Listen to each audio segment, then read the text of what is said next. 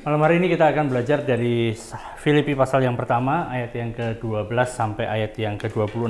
Saya bacakan ya. Filipi 1 ayat 12 sampai 26. Aku menghendaki saudara-saudara supaya kamu tahu bahwa apa yang terjadi atasku ini justru telah menyebabkan kemajuan Injil, sehingga telah jelas bagi seluruh istana dan semua orang lain bahwa aku dipenjarakan karena Kristus. Dan kebanyakan saudara dalam Tuhan telah beroleh kepercayaan karena pemenjaraanku untuk bertambah berani berkata-kata tentang firman Allah dengan tidak takut. Ada orang yang memberitakan Kristus karena dengki dan perselisihan, tetapi ada pula yang memberitakannya dengan maksud baik. Mereka ini memberitakan Kristus karena kasih, sebab mereka tahu bahwa aku ada di sini untuk membela Injil.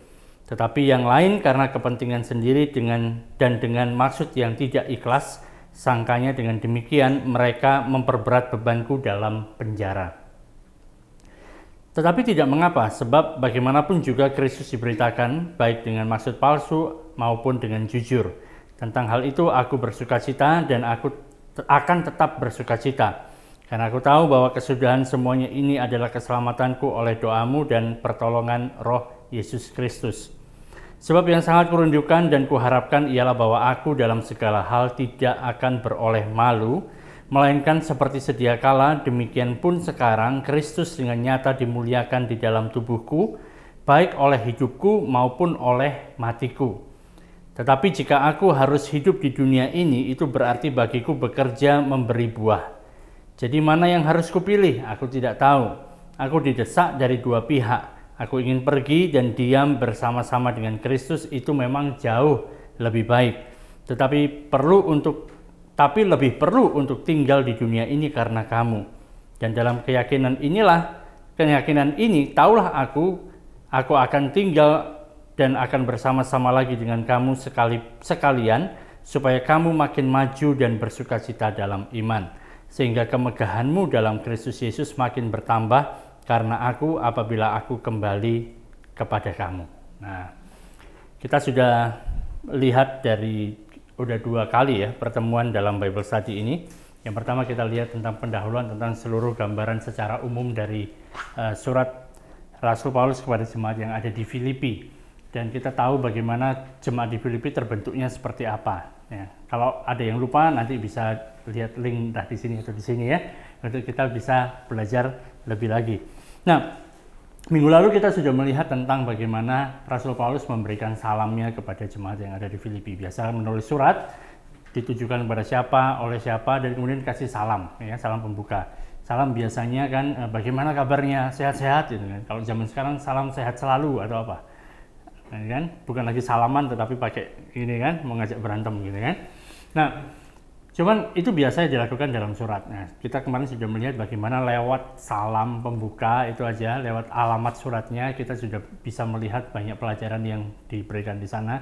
Karena segala sesuatu yang berkaitan dengan kekristenan, dengan iman kita, karena kita ada di dalam Kristus, itu segalanya menjadi lebih baik, ya kan? Bukan hanya suatu hal yang biasa. Nah, kita tadi sudah baca di ayat yang ke-12 sampai ayat yang ke-26, dan ada permasalahan yang seringkali terjadi dalam kehidupan manusia, itu berbicara tentang hal kebohongan. Pernah dengar kebohongan, atau pernah dibohongi, atau pernah membohongi, ya kan? Jadi semuanya sudah ya terangkum menjadi satu ya. Itu semuanya sudah. Nah, kalau kita membaca di dalam firman Tuhan, kita juga temukan bahwa iblis itu sebenarnya iblis adalah bapa dari segala dusta. Ya kan? Jadi dia ahli dalam mendustai. Jadi kalau saudara mau belajar untuk berdosa, belajarlah sama dia, karena dia adalah bapaknya dusta. Tapi saya yakin nggak ada yang mau belajar sama dia. Kita semua belajar dari Roh Kudus, bukan bapak segala dusta. Dan iblis menggunakan segala macam caranya dengan menggunakan dustanya, tipuannya itu, dan itu menjadi senjata utamanya untuk menyerang kita orang percaya, ya kan? Kemanapun Allah bergerak, kemanapun misalnya Allah sedang menggerakkan umatnya gitu kan, iblis ini mengikuti juga dengan menyebarkan berita-berita bohong, menyebarkan hoax gitu kan.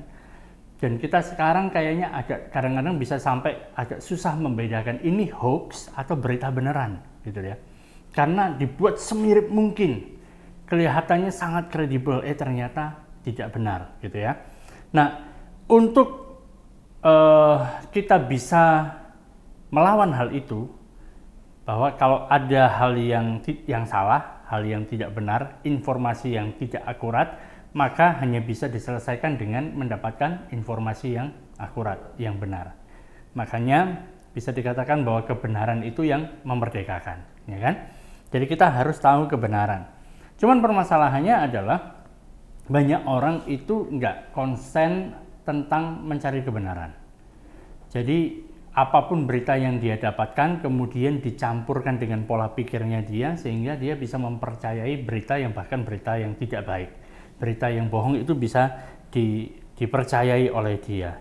Nah, iblis tidak akan bisa menipu orang, tidak akan bisa melakukan tipu muslihatnya itu kalau memang nggak ada orang-orang yang suka untuk mendengar berita-berita yang nggak baik. Paham ya? Jadi kadang-kadang gara-gara kita sendiri pengen mendengar apa sih yang nggak baik dari dia itu ya. Apa ya? Kemudian muncul sesuatu, wah kita makin seneng untuk mendengarkan hal itu. Oh ya, dari orang ini ngomong gini, dari sini ngomong begini gitu ya. Jadi kita sendiri lebih suka mendengarkan berita-berita buruk. Bayangkan kalau misalnya kan dikatakan bahwa ada satu kabar baik gitu kan. Kalau misalnya ada kabar baik, misalnya si ini telah menikah dan sekarang sudah menantikan kelahiran anak yang pertama misalnya gitu kan, itu kan kayaknya biasa aja, nggak heboh gitu loh, nggak akan viral, ya kan? Yang viral itu yang aneh-aneh gitu, yang viral itu yang nggak baik, yang bisa masuk di dalam berita itu banyak orang yang lihat itu hal-hal yang tidak baik, betul nggak? Kalau misalnya ada kecelakaan dengan korban 1000 jiwa, nah itu pasti rame gitu kan, itu pasti rame. Jadi manusia suka yang seperti itu. Jadi kalau nggak ada orang yang seneng untuk dengar gosip, ya nggak akan ada gosip. Betul ya? Kalau nggak ada yang seneng untuk mendengar, ini orang ini lagi begini-begini, ya nggak akan ada gosip. Oleh karena itu, cara untuk memerangi hal yang buruk seperti ini, itu adalah dengan cara kita mengetahui informasi yang benar.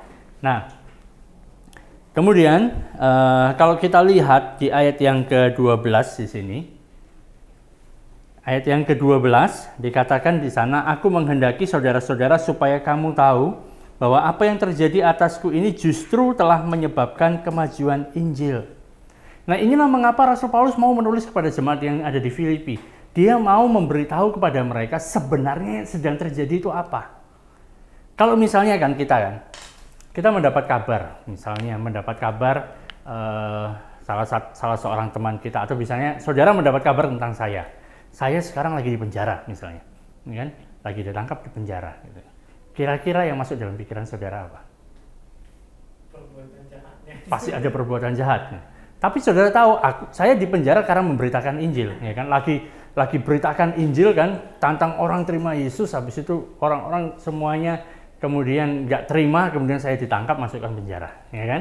Udah tahu di penjara karena memberitakan Injil. Kira-kira yang masuk di dalam pikiran saudara gimana? Apa yang terjadi? Apakah kira-kira, wah kita harus mendoakan ini, si Pak Daniel ini mungkin sekarang lagi ketakutan di dalam penjara, ya kan? Mungkin dia merasa sudah nggak ada harapan lagi, karena kemarin itu waktu ditangkap itu massa datang begitu banyak kayak mau membunuh dia, gitu kan? Jadi pasti dia lagi ketakutan ini. Ya, kita harus doakan, minta sama Tuhan, Tuhan tolong kuatkan dia, Tuhan jangan biarkan dia gentar. Waktu ditanya apa-apa berikan hikmat, kan gitu kan? Kira-kira gitu. Saya berharap saudara berdoa seperti itu gitu lah. Bukan berdoa, oh biarkanlah dia kapok mungkapan gitu kan? Bukan seperti itu. Nah, cuman itu adalah hal yang alamiah kita akan rasakan gitu kan. Waktu kita ketemu sama orang, terus orang itu mengatakan kepada kita, dia berkata pada kita, tolonglah doakan saya, ya kan, doakan saya. Maka reaksi pertama yang harusnya kita lakukan adalah kita tanya, apa yang mau didoakan? Kan gitu kan? Masalahmu apa? Kita bisa berdoa seperti apa? Ya.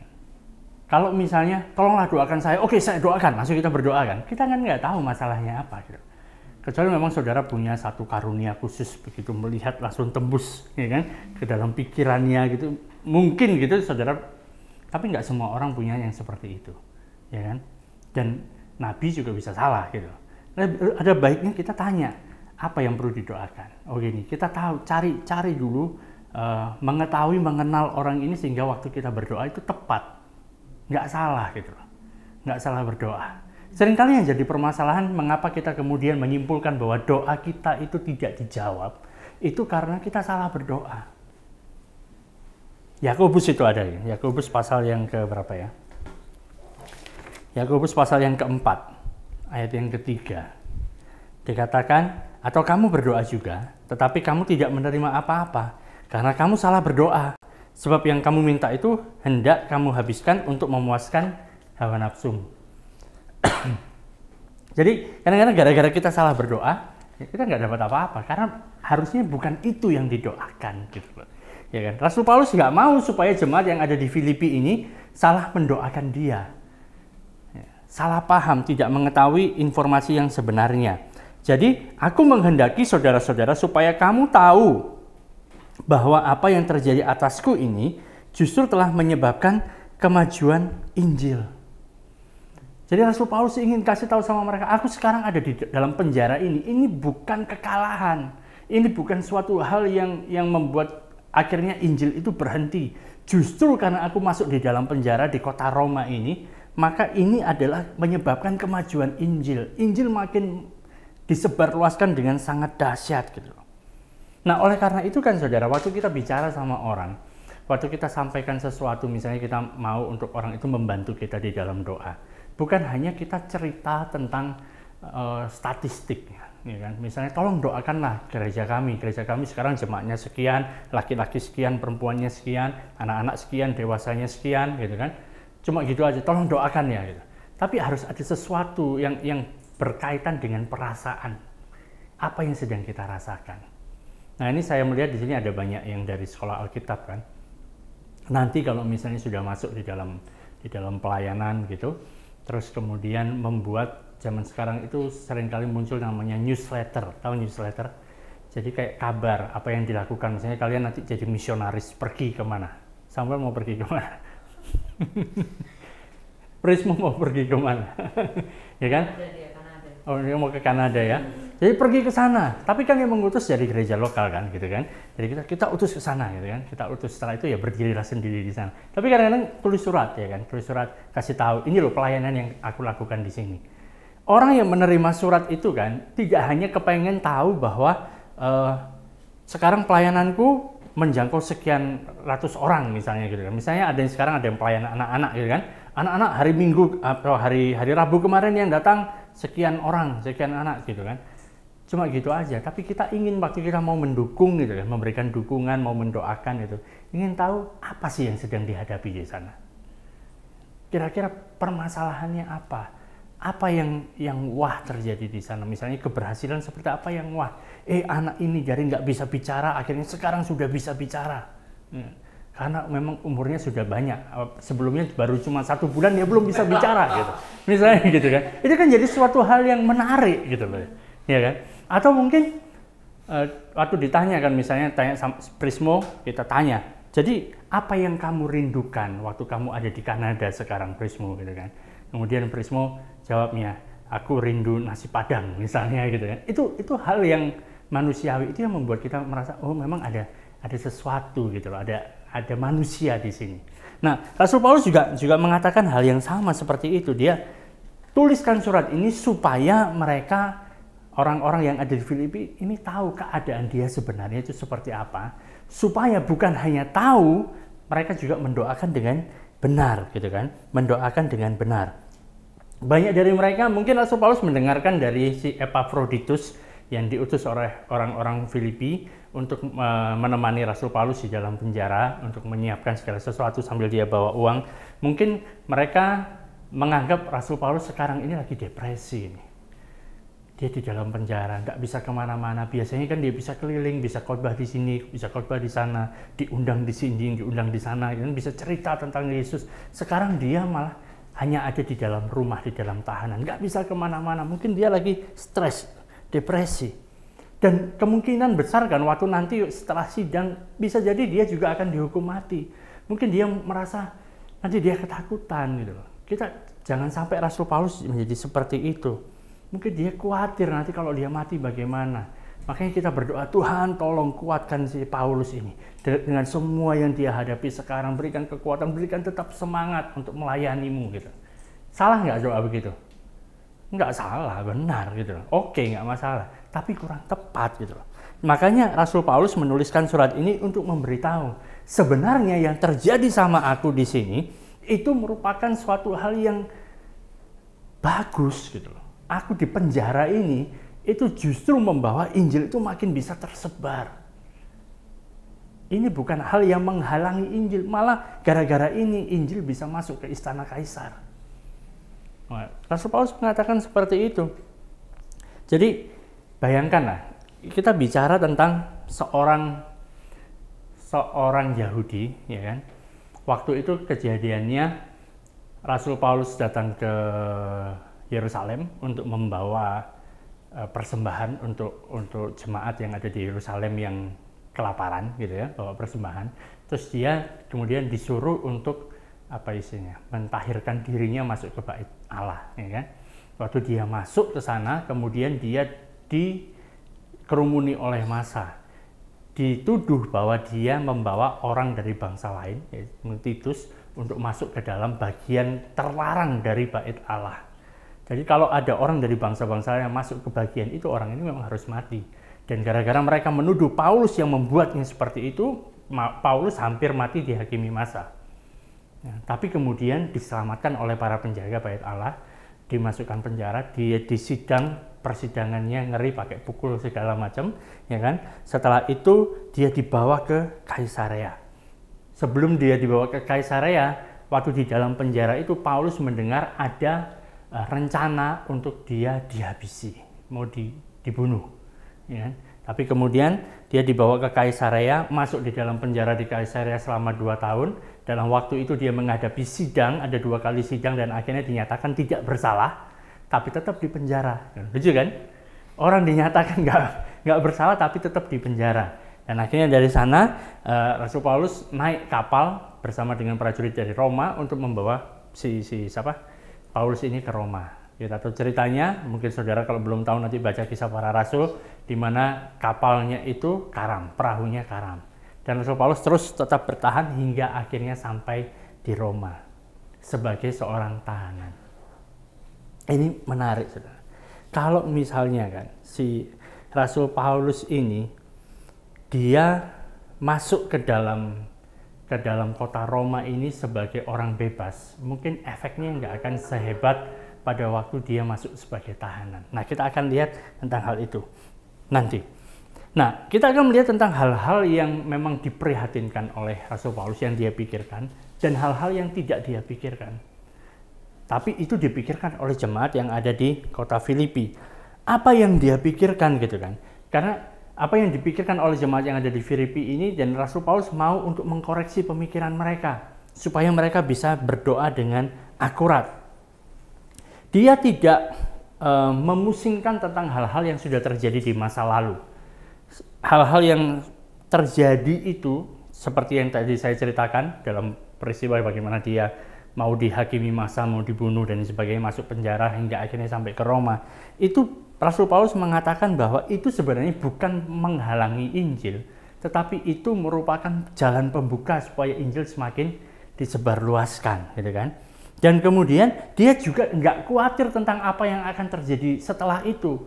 Kalaupun nanti di dalam persidangan yang ada di Roma akhirnya dia dinyatakan kamu harus dihukum mati, nggak masalah, gitu. Nggak jadi masalah. Bagi Rasul Paulus nggak jadi masalah. Oleh karena itu kan, waktu kita berdoa, marilah kita berdoa itu bukan menurut mengikuti yang namanya kebutuhan manusia, gitu. Tapi kita melihat tentang rencana Tuhan di dalam kehidupan orang itu tergenapi seperti apa. Kadang-kadang kita melihat kan, misalnya ada penganiayaan gitu. Kita berdoa, Tuhan jangan ada dianiaya ya, tolong dia, bantu dia. Memang itu hal yang bagus. Cuman kan, kalau kita lihat dalam firman Tuhan mengatakan penganiayaan itu terjadi kepada kita karena kita adalah pengikut Kristus. dunia membenci kita karena Kristus, ya kan? Harusnya waktu berdoa, Tuhan, kenapa yang Kau berikan karunia untuk menderita bagimu itu hanya mereka saja? Kenapa? Kapan giliran kami? Berani berdoa begitu. Kan itu keistimewaan loh, bisa menderita bagi Kristus. Kehidupan kita itu untuk memuliakan Kristus. Itu merupakan hal keistimewaan. Tapi kita maunya semuanya enak lah. Mau makannya enak, tidurnya enak, ya kan? Semuanya nyaman, semuanya tersedia. Kita kemungkinan besar banyak orang percaya, banyak orang Kristen berdoanya seperti itu. Pokoknya semuanya enak, nyaman. Ya kita ada di dunia ini justru harus ada masalah. Kalau nggak ada masalah aneh, ya. Ada yang salah, betul ya, betul. Ada yang salah. Justru yang nggak ada masalah itu yang sekarang sedang terbaring, siap untuk dimasukkan ke 2x1 itu. Nah itu yang nggak ada masalah. Yang ada masalah adalah orang yang masih hidup, ya kan? Orang yang masih hidup harus siapkan petinya, ya kan? Harus hubungi kuburan untuk beli tanahnya dan sebagainya. Itu yang jadi bermasalah, ya kan? Kalau saudara mau lepas dari permasalahan di sini, tiba-tiba saudara mati di sini, ya saudara yang mati nggak masalah, kami yang jadi bermasalah, ya kan? Kita yang jadi bermasalah gitu. Kita hidup, kita tetap akan ada permasalahan. Tetapi di sini kan Rasul Paulus mengingatkan pada mereka, kamu harus melihat dengan sudut pandang yang benar, supaya kamu bisa berdoa dengan benar. Paulus mengatakan, aku bersukacita dengan situasi yang sedang aku hadapi sekarang ini. Aku memang ada di dalam penjara, tapi aku bersukacita gitu. Aku bersukacita bukan karena aku harus bersukacita sehingga nanti semuanya jadi baik. Enggak. Paulus mengatakan aku bersukacita karena memang segala sesuatunya itu baik. Sekalipun aku dalam penjara, segala sesuatunya baik. Karena apa? Justru karena aku ada dalam penjara ini, maka Injil itu makin maju. Injil makin maju. Gitu. Ambisiku akan Injil ini itu tergenapi, kata Rasul Paulus. Impianku untuk datang ke Roma terkabul.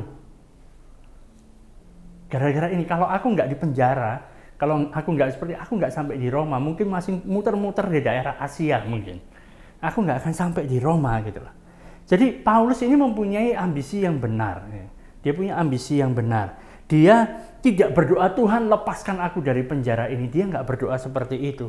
Karena dia tahu ambisi dia adalah memberitakan Injil sebanyak mungkin gitu. Dan Paulus ingin untuk memberitakan Injil ke tempat-tempat di mana yang sangat strategis supaya Injil ini bisa tersebar dengan cepat.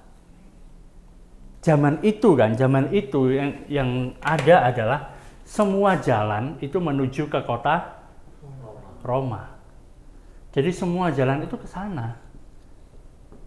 Bayangkan kalau bisa dia datang ke kota Roma, memberitakan Injil di sini dan banyak orang percaya datang ke sini kan. Mereka waktu keluar kembali ke tempatnya masing-masing kan lebih cepat tersebar gitu. Itulah kenapa waktu dia memberitakan Injil dia pergi ke kota-kota kunci. Kayak dia pergi ke Korintus, ke Efesus ya kan. Dia pergi ke Filipi juga, kota-kota kunci supaya orang-orang yang datang berkumpul di sana waktu mereka kembali ke tempatnya masing-masing bisa memberitakan Injil di sana. Ingat surat Kolose, di Kolose itu ada seorang namanya Epafras ya kan. Dia pulang ke Kolose untuk mendirikan gereja di sana. Paulus nggak pernah datang ke Kolose. Tapi itu gereja itu dihasilkan dari si Epafras ini ada di Efesus, ketemu sama Paulus, dapat pemberitaan Injil jadi orang percaya, akhirnya dia beritakan Injil di sana. Jadi ini strateginya. Paulus kepengen sekali datang ke Roma dan dari Roma dia kepengen pergi ke Spanyol. Itu yang dituliskan di dalam suratnya. Makanya dia menulis kepada jemaat yang ada di Roma, belum pernah ke sana, belum pernah ketemu, rupanya di Roma sudah ada jemaat. Dia tulis surat Roma. Kita sudah mempelajarinya di awal putaran yang kedua. Kita sudah tahun lalu kita pelajari tentang Roma. Nah, dan dia mau untuk mengimpartasikan, untuk memberikan karunia rohani kepada jemaat yang ada di Roma. Karunia apa yang mau diberikan oleh Rasul Paulus? Setelah membaca dalam surat Filipi ini, kemungkinan besar karunia yang mau diimpartasikan Rasul Paulus kepada jemaat yang ada di Roma adalah karunia untuk berani memberitakan Injil. Itu karunia yang muncul di hari Pentakosta. Awalnya para murid itu ketakutan kan, begitu Roh Kudus turun atas mereka, jadi berani. Petrus yang gara-gara ditanyain sama seorang perempuan aja, dia takut. Aku tidak kenal sama Yesus, ya kan? Tapi di hari Pentakosta, dia langsung berkhotbah. Di hadapan banyak orang, 3.000 orang menjadi percaya, diselamatkan. Jadi karunia ini mau diimpartasikan. Dan Paulus mengatakan, aku senang gitu. Aku melihat bagaimana Allah itu berkuasa dalam segala sesuatu. Sehingga segala sesuatu yang terjadi dalam kehidupanku, mulai aku harus masuk penjara di sini dan sebagainya, sampai sekarang ini, itu untuk kemajuan Injil. Karena kalau kita baca di dalam surat Filipi kan, berulang kali Rasul Paulus mengatakan, bersukacita, bersukacita, bersukacita. Aku bersukacita. Kenapa dia bisa bersukacita? Karena gara-gara Paulus masuk ke sana, maka Injil itu bisa diberitakan di kerajaan Kaisar, di Kaisar Roma. Dan kita tahu beberapa dekade setelah itu, ya kan, Romawi menjadi Kristen, percaya kepada Yesus. Ya kan? Bisa mengubahkan. Kalau misalnya Paulus datang seperti kita orang bebas, gitu kan, dipikir kayak turis datang ke Roma, gitu kan. Terus kemudian dia mulai memberitakan, ngomong sedikit di sini, ngomong sedikit di sana. Efeknya nggak besar. Efeknya nggak besar. Tapi kalau dia datang masuk ke kota Roma kan dengan tangan terbelenggu, dikawal sama prajurit untuk masuk ke sana kan, semua orang akan melihat. Zaman itu belum ada TV, ya kan, belum ada internet, belum ada Instagram. Jadi apa yang terjadi di kota itu pasti langsung tersebar, semua orang pasti tahu, ya kan. Mungkin ada jarum yang jatuh pun orang tahu, gitu kan. Jadi dia masuk dengan dibelenggu. Saya nggak tahu belenggunya gimana ya, mungkin di sini, untuk gini nggak tahu. Pokoknya dia datang terbelenggu, dikawal oleh prajurit, masuk ke sana. Orang-orang akan memperhatikan gini. Dia masuk ke Roma ini, itu adalah ke pusat para prajurit elit yang ada di sana, namanya Praetorian Guard, gitu kan. Ada sekitar 9.000-an prajurit elit di sana. Mereka pasti akan bertanya-tanya. Orang-orang di kota Roma akan bertanya-tanya, orang ini kejahatannya apa? Orangnya pendek, agak botak, kakinya agak pengkor begini, dia jalan gitu kan, mukanya entah nggak tampan-tampan kali gitu kan. Tapi dia dikawal prajurit masuk ke sana, masuk ke dalam kota Roma, salahnya apa? Mereka mulai tanya, kenapa orang itu? Kejahatannya apa? Kemudian mereka bilang, orang ini kan, dia nggak memberontak loh. Dia bukan pemberontak, dia nggak memberontak terhadap kerajaan kekaisaran Romawi, nggak memberontak. Dia juga tidak melawan hukum atau melanggar hukum Roma. Nggak ada. Dan dia juga adalah warga negara Roma. Paulus ini warga negara Roma. Dia tidak memberontak terhadap kekaisaran, dia tidak melanggar hukum Romawi, dia juga warga negara. Terus kenapa dia ditangkap? Karena dia percaya bahwa Allah mengutus anaknya ke dunia. Gara-gara itu dia ditangkap. Bingunglah mereka. Ini kan konsep yang nggak masuk dalam pikiran mereka kan. Bagi pikiran orang-orang yang ada di Roma, prajurit-prajurit Roma, prajurit-prajurit elit itu berpikir kalau kamu ditangkap, kamu dibawa ke sini mau diadili di sini, berarti kamu paling nggak kamu pemberontak, kamu menentang bangsa Roma, ya? Kamu melanggar hukum, kamu mungkin dari bangsa-bangsa lain yang orang-orang bukan orang Roma, makanya kamu ditangkap. Tapi kamu ditangkap gara-gara kamu percaya Allah mengirimkan putranya turun ke dunia, mati di atas kayu salib, setelah itu dia bangkit. Kok gitu, kok bisa dipenjara ya? Mereka bertanya-tanya. Jadi Paulus masuk ke Roma dengan terbelenggu itu menjadi trending topic di Roma. Semua orang membicarakan dia. Gitu. Semua orang tahu bahwa dia masuk ke dalam penjara karena Kristus. Semua orang tahu, prajurit-prajurit tahu. Dan pada saat itu kan, yang dilakukan adalah si Paulus ini diikat, dirantai pada seorang prajurit Roma juga. Mungkin dia ngambil shift-shiftan gitu kan, ada shift pagi, shift siang, shift malam gitu. Sekitar 8 jam sehari, ganti-ganti yang jaga dia supaya nggak lari. Padahal Paulus juga nggak akan lari gitu ya. Tapi itu peraturan mereka. Saudara bayangkan, jadi seorang prajurit Roma yang nggak percaya kepada Kristus, kemudian diikat pada Rasul Paulus, jadinya apa? Pasti jadi orang percaya, ya kan? pasti jadi orang percaya. Dia akan melihat bagaimana Rasul Paulus berdoa. Dia akan melihat bagaimana Rasul Paulus berbicara bahasa yang aneh, ya kan? Dia kan cerita, kalau dalam hal berbahasa roh, aku lebih dari kalian semua, betul nggak? Aku lebih daripada kalian semua. Paulus berbahasa roh, prajurit ini ngeliatin, orang ini kenapa? Orang ini kenapa? Gitu. Dan prajurit ini pasti juga bisa mendengar pengajaran-pengajaran yang diberikan oleh Rasul Paulus.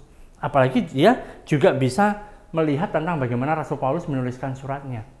Rasul Paulus menulis surat itu bukan dia yang tulis sendiri gini kan. Dia ada juru tulisnya, amanuensis namanya. Jadi juru tulis ini Paulus tinggal dikte, ya. Jadi tinggal mendikte, dia menulis. Waktu dia mendiktekan surat Filipi, prajurit ini akan kaget, heran. Orang ini ada di dalam penjara, nggak bisa kemana-mana kok bersuka cita. Kenapa dia bisa bersuka cita? Ditangkap malah bersuka cita. Ada sesuatu nih orang ini, ya kan? Antara dia memang punya Tuhan yang dahsyat atau dia, ya. Ayat 13 mengatakan begini, ayat 13. Sehingga telah jelas bagi seluruh istana dan semua orang lain bahwa aku dipenjarakan karena Kristus. Gara-gara dia masuk ke sana, semua orang seluruh istana tahu aku dipenjara gara-gara Kristus. Semua prajurit praetorian itu, mereka semuanya ada sekitar 9.000 orang itu bicara tentang Paulus. Dia dipenjara gara-gara Kristus. Bahkan ada semua orang lain juga, ada orang-orang lain, bukan hanya prajurit, bukan ada orang-orang yang kerja di dalam istana, tapi mulai dari hakimnya, dari mungkin ada pengacaranya, ada penuntutnya, membicarakan tentang ini, semuanya tahu. Ayat yang ke-14. Dan kebanyakan saudara dalam Tuhan telah beroleh kepercayaan karena pemenjaraanku untuk bertambah berani berkata-kata tentang firman Allah dengan tidak takut. Jadi orang-orang percaya yang ada di Roma ini melihat bagaimana Paulus ini dipenjarakan karena Kristus. Ya, mereka menjadi makin berapi-api. Mereka nggak malah takut. Ya, apalagi bicara di kota Roma, orang ini dipenjarakan gara-gara begini, kita mau bela dia. Kita juga beritakan Injil, kita nggak takut beritakan Injil. Makin banyak orang-orang percaya memberitakan Injil. Nah, berikutnya ayat yang ke-15. Ada orang yang memberitakan Kristus karena dengki dan perselisihan, tetapi ada pula yang memberitakannya dengan maksud baik. Mereka ini memberitakan Kristus karena kasih, sebab mereka tahu bahwa aku ada di sini untuk membela Injil. Tetapi yang lain karena kepentingan sendiri dan dengan maksud yang tidak ikhlas. Sangkanya dengan demikian mereka memperberat bebanku dalam penjara. Jadi ada dua golongan orang ini yang ada di kota Roma, di tempat Paulus di penjara. Orang yang tulus, ya, dia tahu bahwa Paulus masuk ke dalam penjara karena membela Injil. Kita juga harus beritakan Injil. Ya, kita jadi bersemangat. Dia bisa, aku juga bisa. Tuhan kita sama. Tapi kemudian ada juga orang-orang yang gini. Gara-gara jemaat yang ada di Roma ini tahu Paulus masuk ke dalam penjara agar memberitakan Injil. Mereka semua perhatiannya kepada Paulus. Jemaat waktu mereka berkumpul mau ada ibadah, entah di rumahnya siapa gitu kan. Mereka kan ibadah di rumah-rumah. Mereka lagi mau beribadah, topik pembicaraan mereka Paulus. Paulus loh. Sekarang ada di penjara, dia gini, gitu kan? Jadi perhatian jemaat yang ada di Roma tertuju kepada Paulus. Terus muncul para pemimpin-pemimpin jemaat pada saat itu, ada beberapa oknum yang mungkin nggak senang. Kok Paulus terus yang diomongi? Ya kan? Mereka kok malah nggak menghormati pendetanya, nggak membanggakan pendetanya, sehingga mereka mulai melakukan sesuatu. Ya. Mereka malah melakukan suatu hal, mereka juga ikut beritakan Injil. Kalau Paulus bisa, kami juga bisa. Aku beritakan Injil. Sekarang kan Paulus ada di penjara, nggak bisa kemana-mana kan. Aku bebas bisa keliling. Aku akan beritakan Injil. Aku akan dapatkan pengikut jauh lebih banyak daripada yang dilakukan oleh Paulus. Supaya apa? Aku terkenal. Paulus waktu melihat aku terkenal gini, dia menjadi makin sengsara dia di dalam penjara. Dia di penjara, aku bebas. Ya. Tapi itu yang dilakukan Paulus menarik, saudara. Ayat 18 mengatakan, tetapi tidak mengapa, sebab bagaimanapun juga Kristus diberitakan. baik dengan maksud palsu maupun dengan jujur. Tentang hal itu aku tetap bersukacita dan aku akan tetap bersukacita. Wow. Jadi Paulus dan dia tahu nggak masalah. Siapa yang memberitakan itu nggak masalah. Yang penting Injil diberitakan. Yang penting Kristus diberitakan. Ada orang-orang yang memang dengan tulus memberitakan Kristus karena mau memberitakan Injil. Memang bagi Kristus, untuk Kristus. Tapi ada orang-orang yang mau menjadi pemberita Injil untuk membuat dirinya sendiri yang terkenal. Nggak masalah, yang penting Kristus yang diberitakan. Yang penting Kristus diberitakan. Motivasimu apa nggak jadi masalah. Yang penting Kristus yang diberitakan. Tapi jangan salah, Paulus itu tidak akan mengkompromikan pesannya. Asal yang diberitakan itu tetap Kristus, nggak jadi masalah. Sekalipun kamu memberitakan dengan motif yang lain. Seperti orang-orang yang ada di Roma ini, ada yang memberitakan Kristus, memberitakan Injil supaya Paulus menjadi semakin sengsara di dalam penjara. Ya. Tapi kalau yang diberitakan bukan Kristus, atau yang diberitakan adalah Injil lain, Paulus bereaksi. Paham ya? Sepanjang yang diberitakan Kristus nggak masalah. Orang mau menjelek-jelekkan, mau katanya Kristus gini, yang penting Kristus yang diberitakan nggak jadi masalah. Bukan tentang Kristus ditambah kamu harus begini, harus begitu. Berbeda. Itu ceritanya bukan Injil. Ya, selama masih Injil yang diberitakan nggak masalah. Jadi nggak peduli siapa yang memberitakan. Yang penting adalah apa yang diberitakan. Bukan pemberita Injilnya, tetapi pesan yang disampaikan itu yang lebih penting. Karena pesan yang disampaikan itulah yang mempunyai kekuatan, yang adalah kekuatan yang bisa menyelamatkan. Yang penting pesannya. Karena itu kan, kalau kamu sudah pergi untuk memberitakan Injil, lebih baik kamu juga menguasai diri. Supaya apa? Setelah kamu memberitakan, kamu sendiri nggak ditolak. Paham ya? Karena berita Injil ini ada power, ada kuasa membuat orang bisa diselamatkan. Tapi kemudian waktu kita sudah beritakan, orang itu menerima keselamatan, mendapatkan kekuatan Allah ini, dia dibebaskan, dia menjadi luar biasa. Tapi kemudian dia melihat kehidupanmu kacau balau, ya, kamu tipu sana, tipu sini. Aku terima pesannya aja orangnya, aku nggak mau bergaul sama dia. Paulus mengatakan, aku melatih tubuhku. Supaya setelah aku beritakan, aku sendiri tidak ditolak. Nah, itu yang dikatakan oleh Rasul Paulus. Jadi, yang penting adalah pesannya, bukan si pembawa pesan. Jadi, siapapun kita, yang penting pesan yang disampaikan adalah Kristus.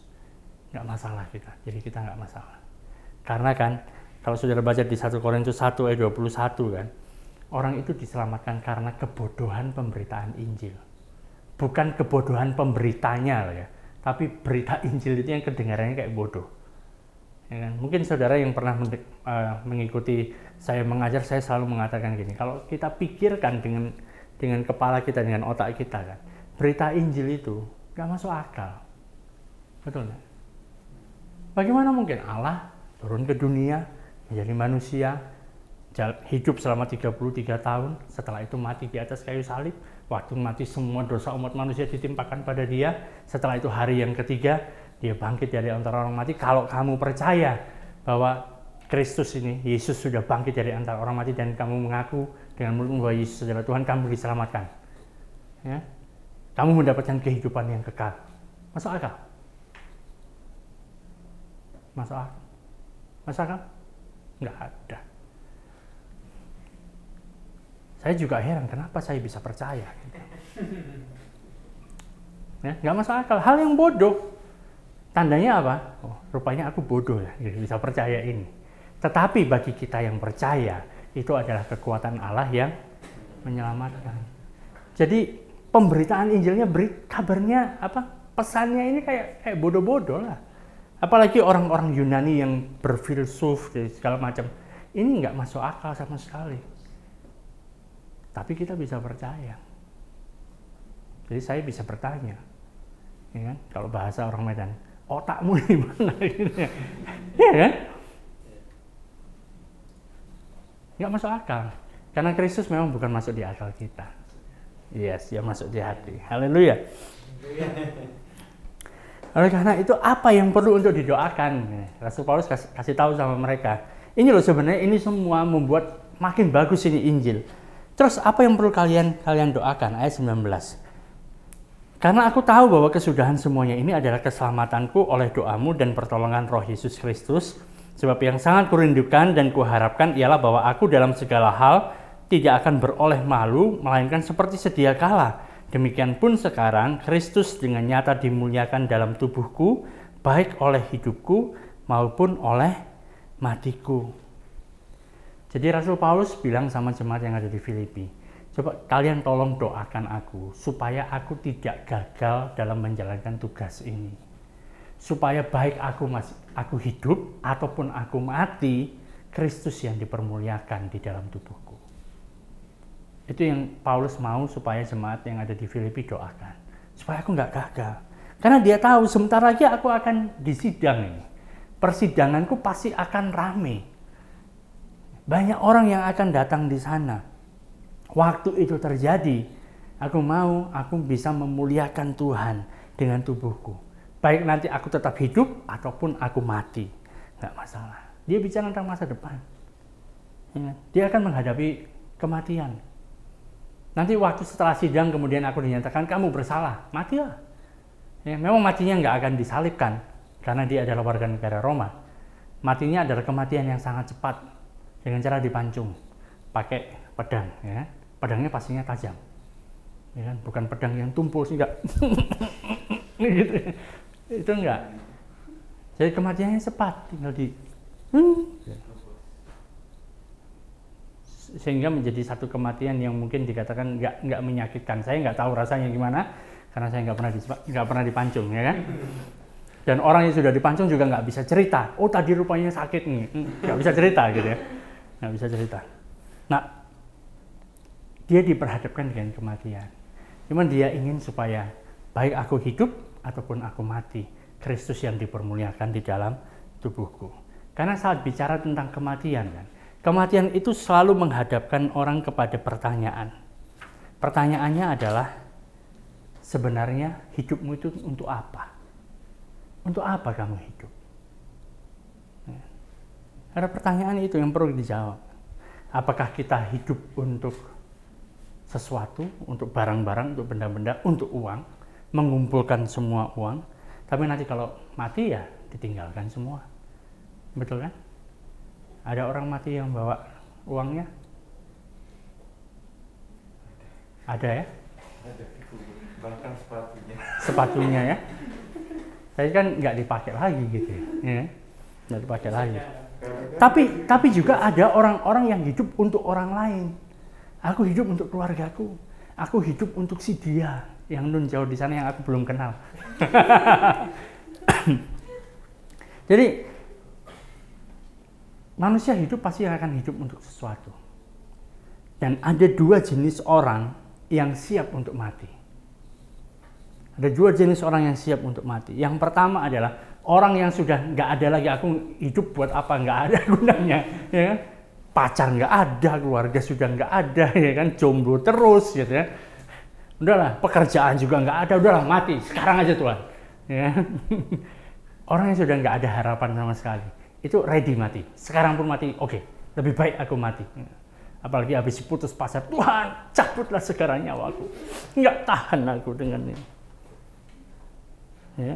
Terus orang yang kedua adalah orang yang ready untuk mati, siap untuk mati, adalah orang yang hidupnya adalah Kristus, yang hidupnya Kristus. Maka hidupku adalah Kristus dan mati adalah keuntungan. Itu ready mati. Sebenarnya kan seorang pengkhotbah, seorang pengajar itu sedang mempersiapkan orang-orang yang berani untuk mati. Paham ya? Berani untuk mati. Justru di usia yang sangat produktif kita berani untuk mati. Kapanpun juga, karena kehidupan kita adalah Kristus. Nah, mulai senyum-senyum, aku gak berani. Ya udah gak apa-apa. Paulus bukan dia nggak takut mati, saudara. Bukan dia memaksa diri supaya dia bersuka cita. Ya, aku harus bersuka cita supaya aku nggak takut mati. Enggak. Bukan seperti itu. Bukan seperti kebanyakan dari orang-orang, pokoknya aku hari ini harus bersuka cita, semuanya supaya semuanya menjadi baik. Enggak begitu. Tapi dia mengetahui fakta apa yang akan terjadi di hadapannya. Mungkin kan dalam waktu 2 atau 3 minggu ke depan dia mungkin akan mati gitu loh. Setelah persidangan itu nggak tahu hasilnya seperti apa, mungkin akan mati. Tapi di ayat 21 dia mengatakan, karena bagiku hidup adalah Kristus dan mati adalah keuntungan. Kalau orang bisa melihat bahwa hidupku ini adalah Kristus dan mati adalah keuntungan, kematian itu bukan satu hal yang mengancam kita. Nggak mengancam kita. Jadi pertanyaannya adalah prioritasnya di mana? Ya, prioritas kita itu Kristus, atau prioritas kita adalah misalnya keluarga kita, atau prioritas kita adalah pekerjaan kita, prioritasnya di mana? Itu yang menentukan. Kalau prioritas kita adalah Kristus dan kita tahu besok aku akan mati, puji Tuhan, aku akan segera ketemu dengan Kristus, ya kan? Tapi kemudian baru mikir, nah, terus nanti keluargaku gimana ya? Gitu ya, ya kan? Tapi ada orang yang berbeda, kamu besok mati gitu kan? Nanti keluargaku gimana ya? Wah, tapi oke lah, nggak apa-apa lah, nanti aku mati, aku sudah bersama dengan Kristus. Dua hal yang mirip tapi beda, ya kan? Tapi berbeda. Ya.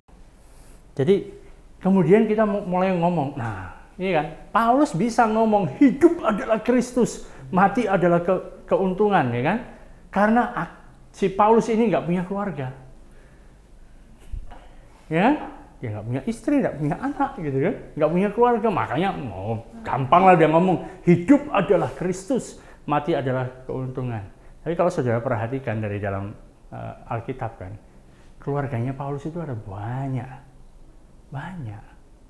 Memang bukan yang bertalian darah gitu, tapi ada banyak orang-orang yang dianggap dia sebagai keluarga. Bahkan dia ngomong sama jemaat yang ada di Galatia kan, aku jadi bapakmu. Orang-orang di Korintus, aku bapakmu. Anaknya ada banyak. Jadi kalau bicara tentang keluarga, dia punya keluarga. Ya, karena itu ada dilema. Kalau saudara baca di ayat 21 sampai ayat 24, itu ada dilema. Dia kepengen pergi untuk langsung bersama-sama dengan Kristus. Tetapi kan, Kristus sendiri minta dia untuk tetap tinggal. Dilema ya. Aku kayaknya lebih baik aku cepat pergi lah, ketemu sama Kristus, pas semuanya akan indah.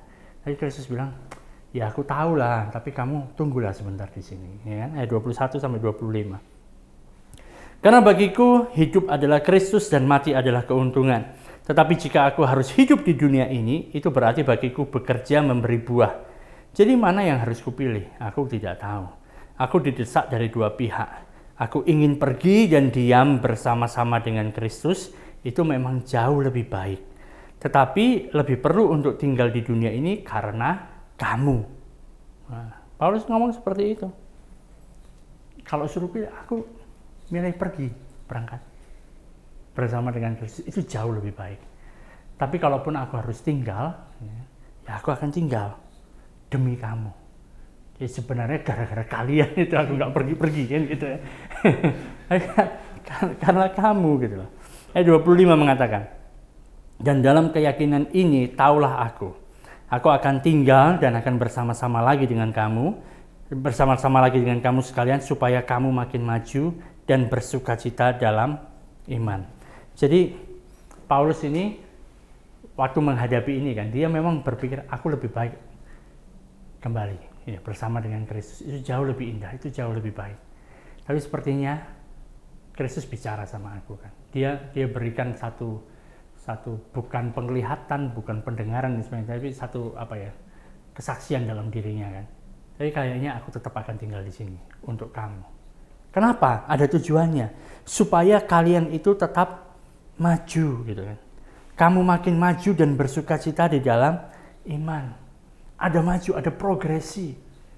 Jadi supaya kalian ini tetap maju, karena itu aku tetap akan ada di sini.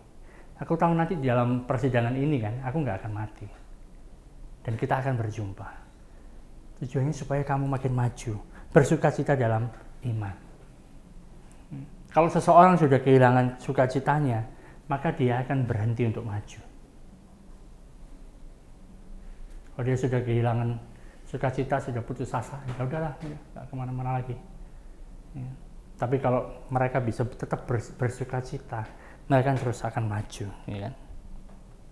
Jadi Rasul Paulus mengatakan kemudian di ayat 26, sehingga kemegahanmu dalam Kristus Yesus makin bertambah karena aku, apabila aku kembali kepada kamu.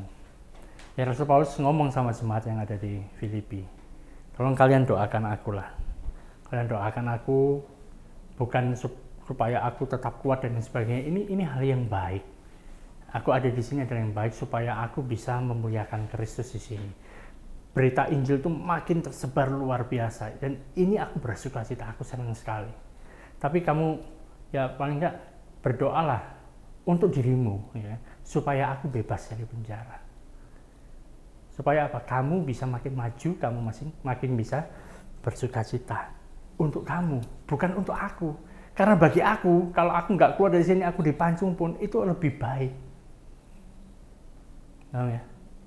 Jadi Rasul Paulus ingin supaya jemaat yang ada di Filipi itu berdoanya yang benar untuk mereka. Karena mereka membutuhkan itu. Mereka yang membutuhkan Paulus tetap ada.